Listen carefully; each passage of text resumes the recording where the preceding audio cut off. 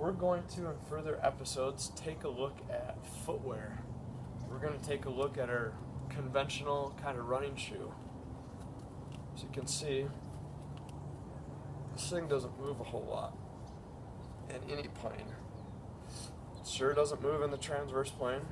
Very little movement in that frontal plane, and only a little bit of movement kind of up in that midfoot and that forefoot in that sagittal plane. So it should start to make us kind of scratch our head a little bit and say, gee, I wonder if maybe the tools that we've been told that we've needed for so long, and maybe some of the injuries, the problems that we've accumulated over time, and the pain that we've accumulated over time, and the activities we've been limited in doing is a result of an accumulation of a lot of things happening biomechanically from all these compensations taking place. We're going to look at a variety of other footwear. A lot of other great options. We're going to look at progression into activity using something light and flexible. Just a forewarning, I like things that you can roll up like a little taco. I'm intrigued again by this washcloth-like scenario in that every time I see one for quite some time, it really makes me kind of laugh and kind of smile, because what happens at the foot and the ankle, well, there's a lot of things that happen there, but there needs to be simultaneously things doing opposite things to be able to rotate, to load, and to twist like a slingshot and a rubber band, so that we can kind of further load on up the chain so that we can elicit a good response as we move.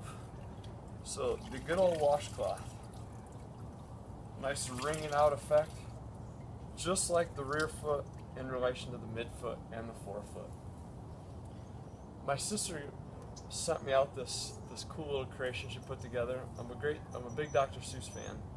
This is a quote from Dr. Seuss. He lives down the former Dr. Seuss, God bless his soul, lived in La Jolla, just down the road from here. You have brains in your head, you have feet in your shoes, you can steer yourself any direction you choose. You're the one who will decide where to go.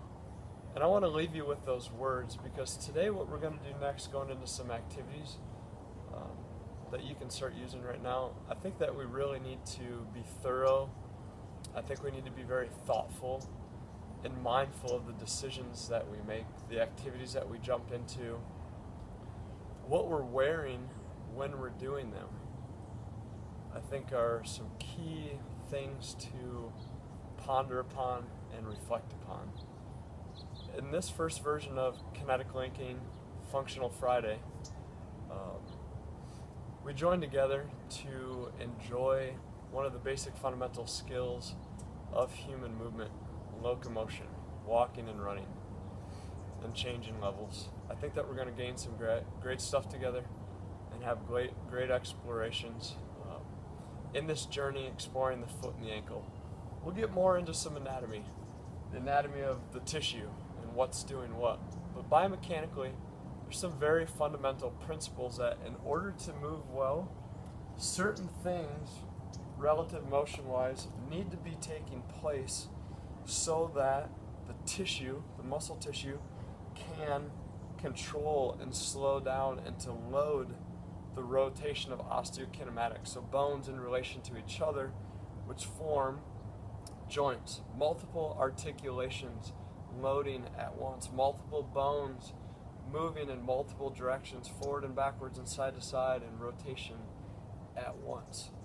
Multiple synergistic functional patterns and compartments of muscles, connective tissue, moving at once, providing the proprioceptive feedback that we need to enable the body, the brainstem, the brain to know exactly where and when things are moving at just the right time and just the right sequence and just the right planes of motion at just the right time to elicit just the right response that we need to be able to enjoy the activities that we love day in and day out without the accumulation of fatigue, pain, and wear and tear.